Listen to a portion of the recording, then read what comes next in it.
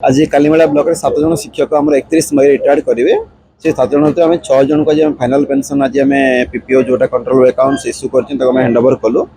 आम उद्देश्य रही जिला स्तर में प्रत्येक शिक्षक शिक्षयित्री को जो मैंने अवसर ग्रहण दिन ही फाइनल पेंशन देवार व्यवस्था करुचु। यही प्रक्रिया आम समस्त बीओ मैंने कम कर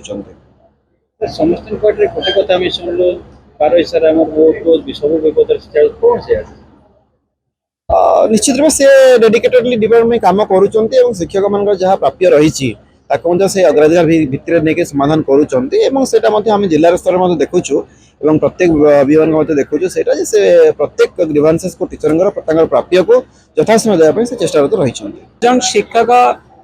गोटे दिन रिटायर्ड होती 6 जनकर पेंशन पेपर आम फाइनाल पेंशन आज हैंडओवर कर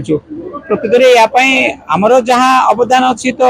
पर आसो प्रथमे किंतु सरकार जो स्टेप अच्छी जो पदक्षेप अच्छी ऑनलाइन रे पेंशन पेपर सबमिट कर स्टेट लेवल रे कंट्रोल ऑफ अकाउंट से मॉनिटरिंग द्वारा पूरा स्पीड अप करके जो मासर पेंशन पेपर से मासरे दवाई जो सुजोग आमको देइचंती से सुजोग को मो सद्व्यवहार करुच्ची। मो स्टाफ बहुत बढ़िया अच्छा से माने ऑनलाइन काम रे जमती प्रत्येक टीचर जने भी फेलियर न होती जो मासर पेंशन फाइनल पेंशन पेपर से मासरे पांतो से भी डेडिकेटिवली काम कर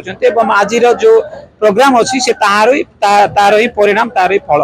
या आपण मैंने देखिपुं। आज मो ब्लॉक सब शिक्षक शिक्षयित्री मैंने बहुत खुशी जो टीचर्स मैंने रिटायर्ड नौ 2 दिन पर से मैंने भी आज एडवांस पीपीए आम हैंडओवर कर भी बहुत खुशी तेणु सरकार को बहुत श्रेय हो। धन्यवाद। आज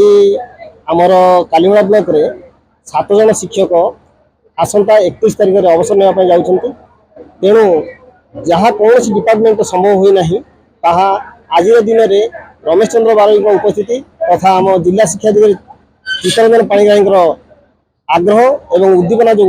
आज संभव हो पार्टी से फाइनल पेंशन पेपर आज प्रदान कर शिक्षक समाज तरफ से अशेष अशेष धन्यवाद अर्पण कर।